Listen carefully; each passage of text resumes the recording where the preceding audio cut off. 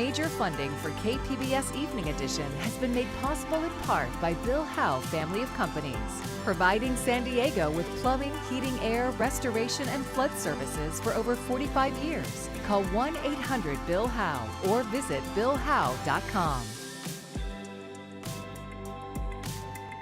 And by the Conrad Prebys Foundation, Darlene Marco Shiley, and by the following.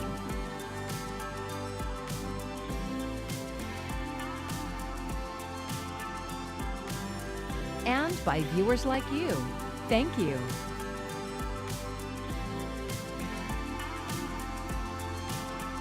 Good evening and thanks for joining us. I'm Jacob Ayer in for Maya Travolsi.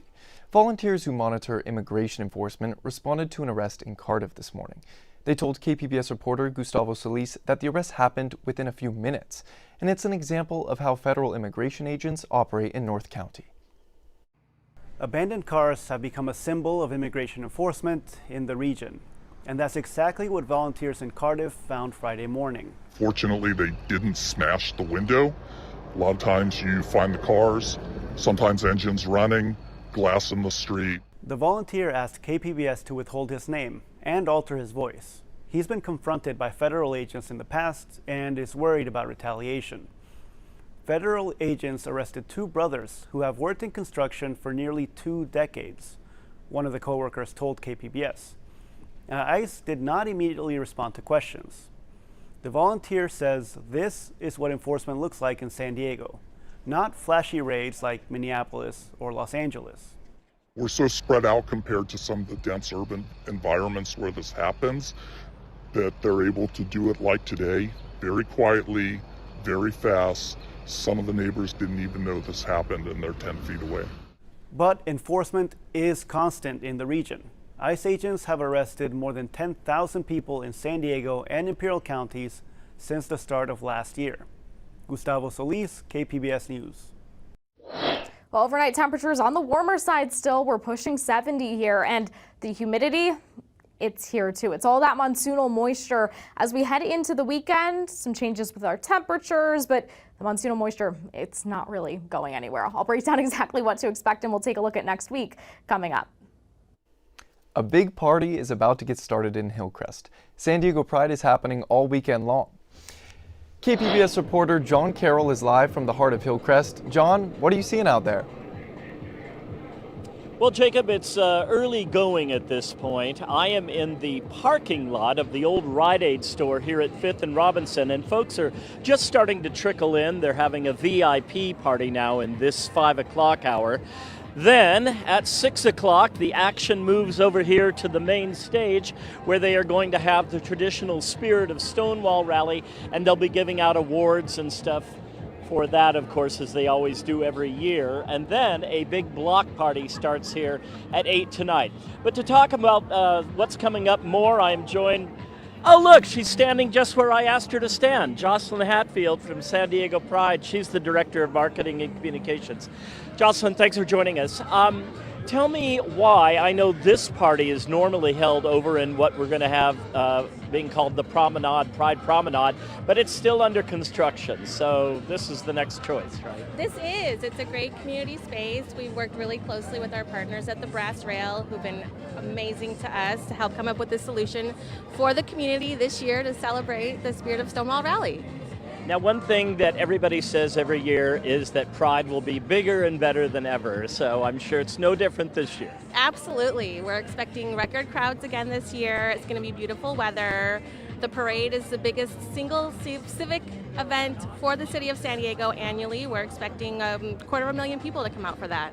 And the money raised doesn't just support Pride, it supports a lot of programs that Pride is behind, right? That's right. It's more than just a weekend celebration, although it's an amazing celebration. It's Pride 365. We have programming throughout the year for a variety of different events. The festival is actually our only ticketed event. The rest of our programming throughout the year is completely free to the community. Right, so you need the money that you're going to generate this weekend. We do. And it's a great time. It's an amazing music festival. We have world-class entertainment. We have international superstars all the way to amazing local talent, local queer talent. It's just a really great time for everyone. Perfect. Jocelyn Hatfield, thanks so much for joining us. Thank you. Appreciate it. Now, Tomorrow, the Pride Parade kicks off at 10 a.m. at the corner of Richmond and University. The 1.5 mile route ends up in Balboa Park, just off of Upas, and they are again expecting about 250,000 people for this Pride Parade, making it one of the biggest Pride parades in the United States. Then the festival starts in Balboa Park in the Marston Point area at noon. That happens tomorrow and Sunday, and I would advise getting here in plenty of time tomorrow if you want to find a space. They go quickly, except for years ago when I marched in it, it was pouring rain. You could find a space easily that year, but as Jocelyn said, it's going to be beautiful weather, a lot of fun. The feeling is really electric in the air right now. We're live in Hillcrest. John Carroll, KPBS News. Jacob? Thanks for that, John. Thousands of people are expected to fill Hillcrest this Pride weekend. And while it's a time to celebrate, businesses are also focused on keeping customers safe.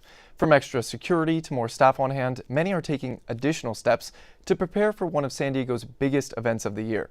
The Brass Rail told our media partner KGTV preparation goes well beyond stocking the bar.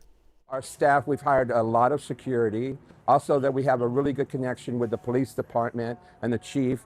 We've been talking with them and making sure that if we can get a hold of them, how do we do it fast and make sure that we're secure. If you are coming to celebrate here in Hillcrest, make sure you have a clear bag or a small clutch no bigger than a fanny pack. This is the busiest weekend, so every single bar and nightclub does hire additional staff to help with crowd control as well as increased security.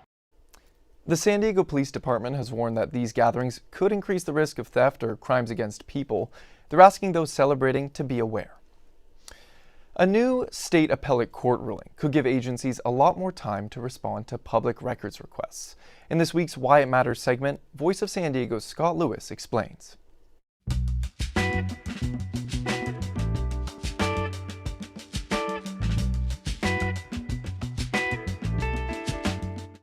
This one is a little different. I was part of the news. Several years ago, Voice of San Diego sued the San Diego Unified School District. We believed they were illegally delaying the release of public records. Our requests were taking years to fulfill.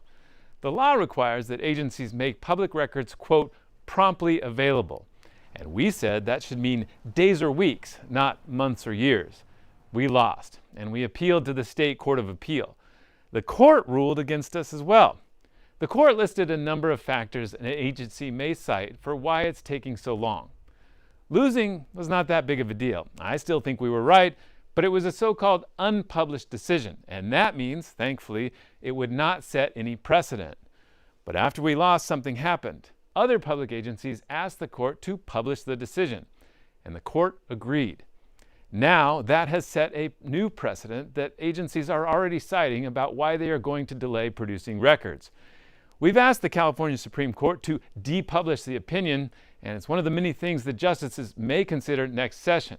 But until they do, or until lawmakers clarify what they meant by records having to be produced promptly, there may be more delays than ever in responding to public records requests. I'm Scott Lewis for Voice San Diego, and that's why it matters. Voice of San Diego is one of our partners for the Public Matters Initiative. You can learn more at kpbs.org/publicmatters. San Diego high schoolers secured a meeting this week with the county sheriff. Their goal? Reform solitary confinement. KPBS race and equity reporter Katie Heisen followed their effort. I still think that we should have another 7 high schoolers crowd around a fold-out table in a stuffy, converted garage.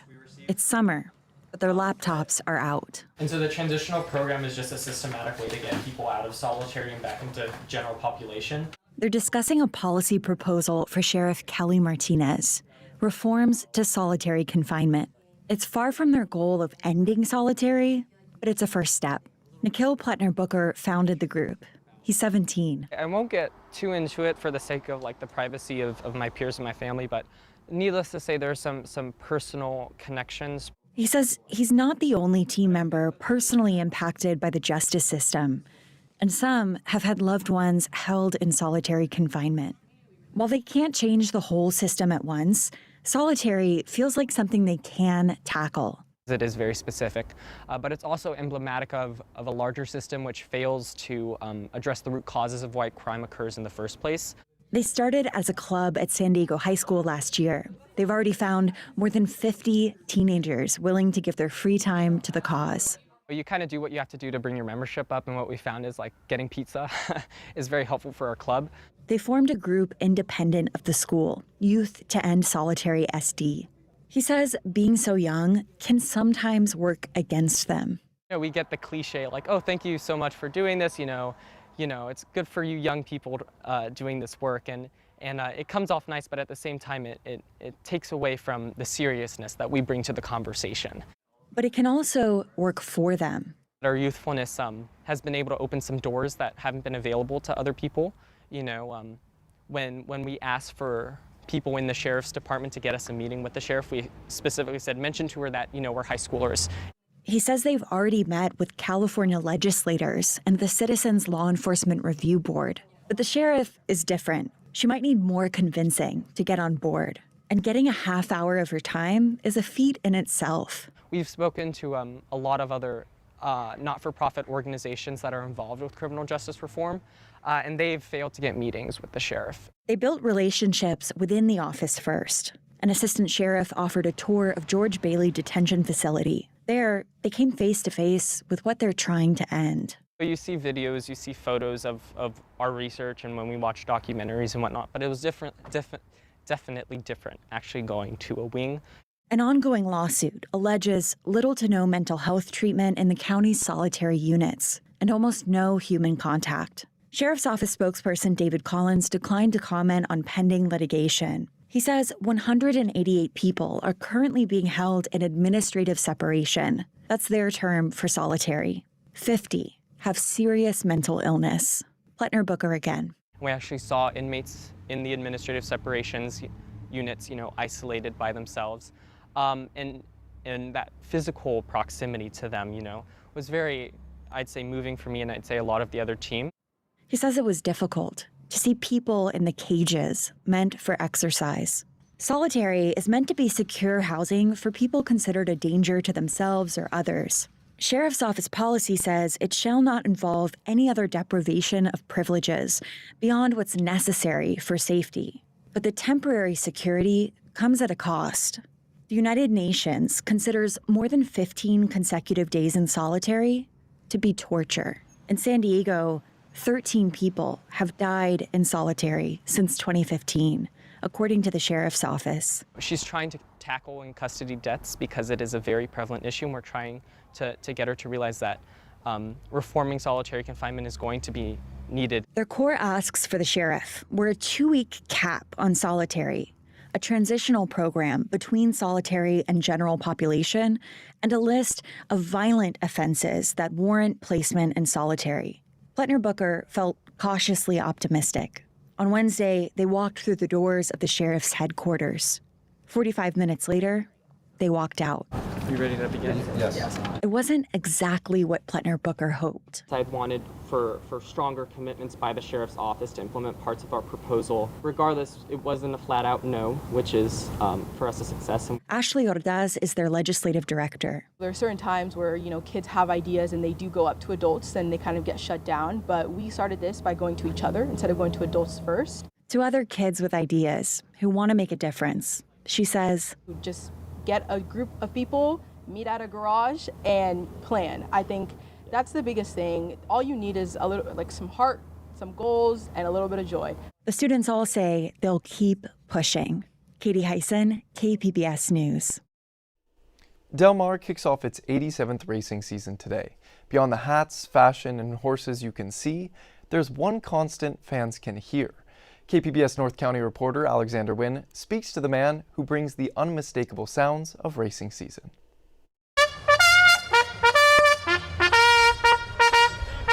Welcome to Del Mar. The hats. I hand sculpted the flowers and made the shoes to match. The fashion. So we get to see all the greatest and latest in style and fashion. We were trying to go with a retro look. My Fair Lady. The horses. And the bets. Going to get it back. Del Mar 87th racing season is here. And while the fashion and crowd change with the times, one thing has remained constant for more than 40 years.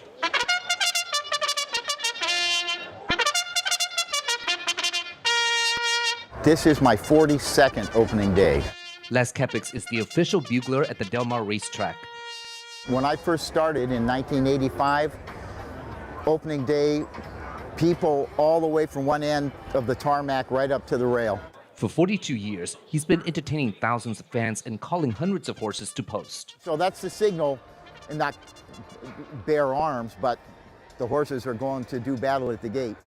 It's also a signal to bettors that they have 12 minutes to place their wagers. Kepix says it's important. Especially on a busy day, right? Del Mar racing has always attracted Hollywood celebrities and entertainers. Kepix has seen his fair share over the years. Burt Bacharach, Lou Rawls, Natalie Cole, Doc Severinsen, on and on and on. But the one that made the most impression on him was Arturo Sandoval. He's one of the most celebrated trumpet players in the world. So here I realized, oh my gosh, Arturo Sandoval's hearing me play. And he's a sweetheart. You know, he goes, oh, you nail it every time. With 42 years at the tracks, there have been countless memories. One particular memory that stuck with him was death-defying. A horse got loose on the tracks. And all of a sudden, that horse comes charging right at me, and I'm thinking, I'm gonna go right through that rail, right? And just out of instinct, when the horse got in here, I just went like this, and the horse stopped dead in his tracks and turned around, and I was like the horse whisperer. I went, whoa. So the next time you're here at the Del Mar racetracks, come say hi to Les, one of the fixture at the racetracks. Alexander Nguyen, KPBS News. The Centers for Disease Control and Prevention says lettuce served at Taco Bell is the cause of a cyclosporiasis outbreak in 5 states. As consumers question the safety of fresh produce, KPBS health reporter Heidi DeMarco explains why avoiding it altogether could do more harm than good. A food safety scare can change the way we eat, sometimes overnight. But that fear can have unintended health consequences. That's according to Angelia Bruce. She's an oncology dietitian at Sharp Healthcare. We start doing in a moment of, panic or crisis, it can start to become a habit, or it can sort of start to develop these food fears that, we don't want to go down that path. San Diego County health officials have reported 8 cases of cyclosporiasis so far this year. None are related to the current outbreak.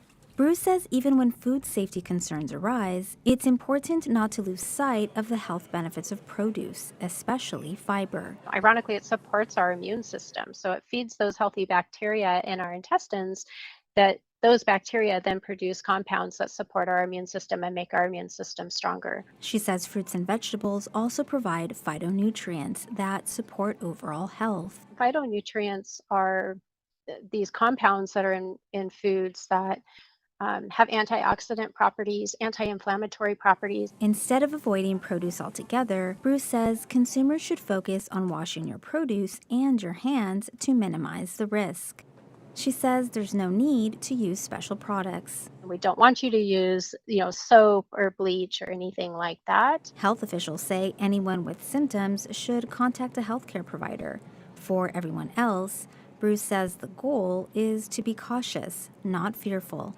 Heidi DeMarco, KPBS News. Air quality alerts are up for more than 100 million Americans. That's because nearly 3,500 fires in Canada and northern Minnesota are sending smoke sweeping across many parts of the country. Mandy Gaither has more on the impact wildfire smoke can have on your body and ways to lower the risk. The wildfires may be a ways away, but the EPA says smoke can travel hundreds of miles and impact air quality and the health of people far from the fires. Pair that with extreme heat, and it's a potentially dangerous combination. It can have a serious impact on cardiovascular health, and we're talking anything from a heart attack to a stroke to increasing your risk for a heart failure exacerbation. Dr. Elena Lewis with Northwestern Medicine says that combo can also trigger cardiac arrest in people with underlying conditions. Those at increased risk of complications include people with asthma, COPD, high blood pressure, high cholesterol, diabetes, those with a diagnosed heart condition, a history of stroke, congestive heart failure, or certain types of irregular heart rhythms. But Lewis says you can lower the risk. knowing what your risk factors are, knowing if you're susceptible, knowing if you do have a heart condition. And as much as is possible, especially on days like today, I would stay inside as much as you can. If you do go out, Lewis says to wear a mask or N95 to help filter some of the pollutants and stay hydrated. She says dehydration can make you even more susceptible with the humidity. And for those with asthma, take prescribed inhalers with you. If you feel any of these persistent symptoms, chest discomfort, shortness of breath, a racing heart, extreme perspiration, nausea, or if something just doesn't feel right, seek medical help. Don't ignore it because could be a really dangerous time right now. For Health Minute, I'm Mandy Gaither. Right now, thousands of people experiencing homelessness rely on volunteers at the Neil Goodday Center to help them stay safe from the heat. But soon, that life-saving resource is going away. The center in East Village is a place people can get out of the sun, cool off in air conditioning, take a shower, do laundry, and be connected to resources. But it's undergoing a transition period. It lost nearly all of its funding during San Diego's budget cuts and will close by the end of the year. A lot of people, they come to the Neil Goodday Center because they know this is the safe haven that they can come to. There's people here that care about them. The day center is a place where people are not on sidewalks, where they're not on the street. It's a place for them to be safe and to be cool and to be taken care of and to have their basic needs met. The things we all take for granted, like a bathroom or a shower or laundry or electricity. Father Joe's Villages is building a new day center at its Joan Kroc campus, but it won't be as large as the current location, meaning less space for people to escape the heat. It's expected to open in early fall.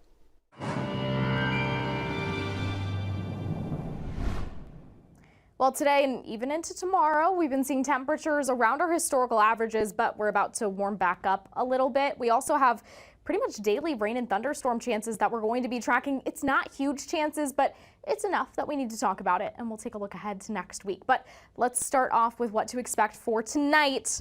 A little cooler in Borrego Springs, down to 77, but hey, the triple-digit highs, they're not going anywhere. 62 in Mount Laguna, 63 in Ramona, and upper 60s along the coast from Oceanside to Chula Vista. That puts us into the mid to upper 70s by the time we get to tomorrow. A little bit better than where we've been earlier on in the week with the 80s.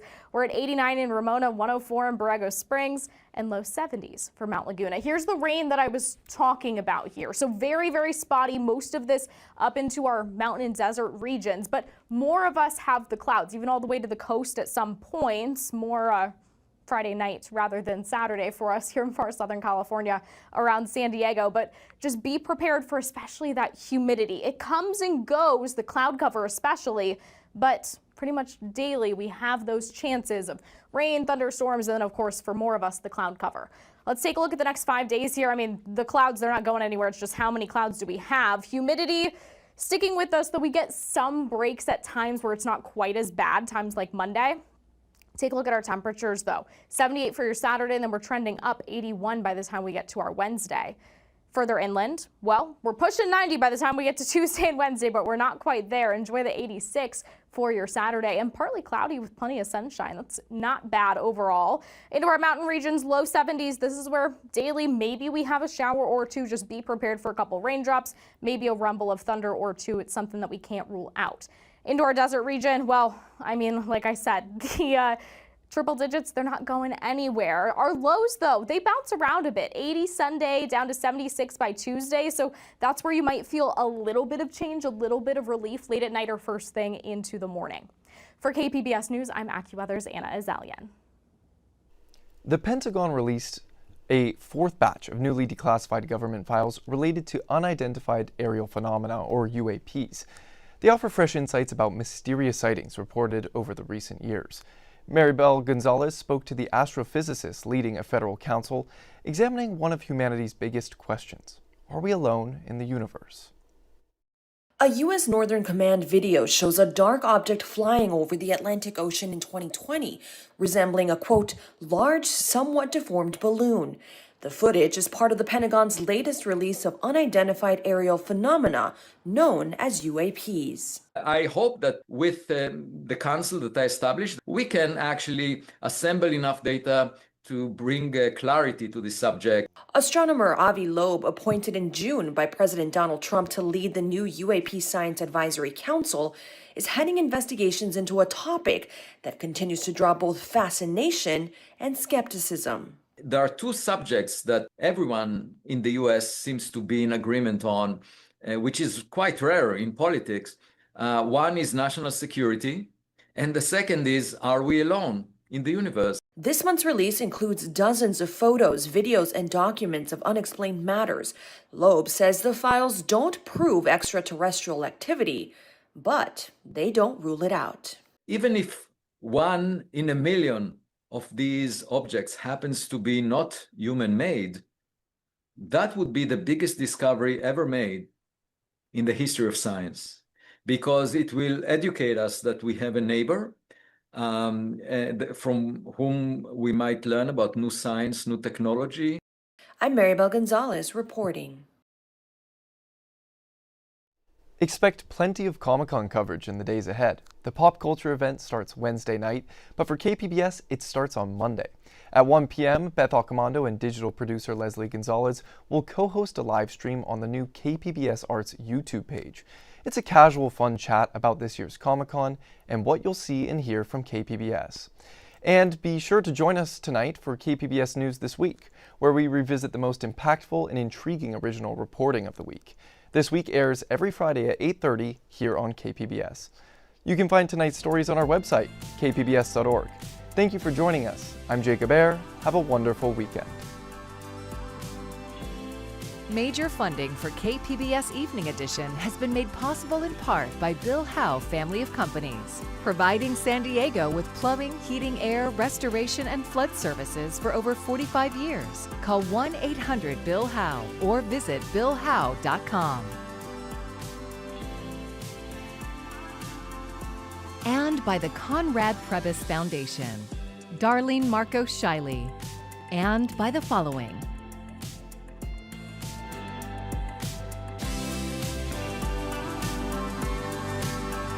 and by viewers like you.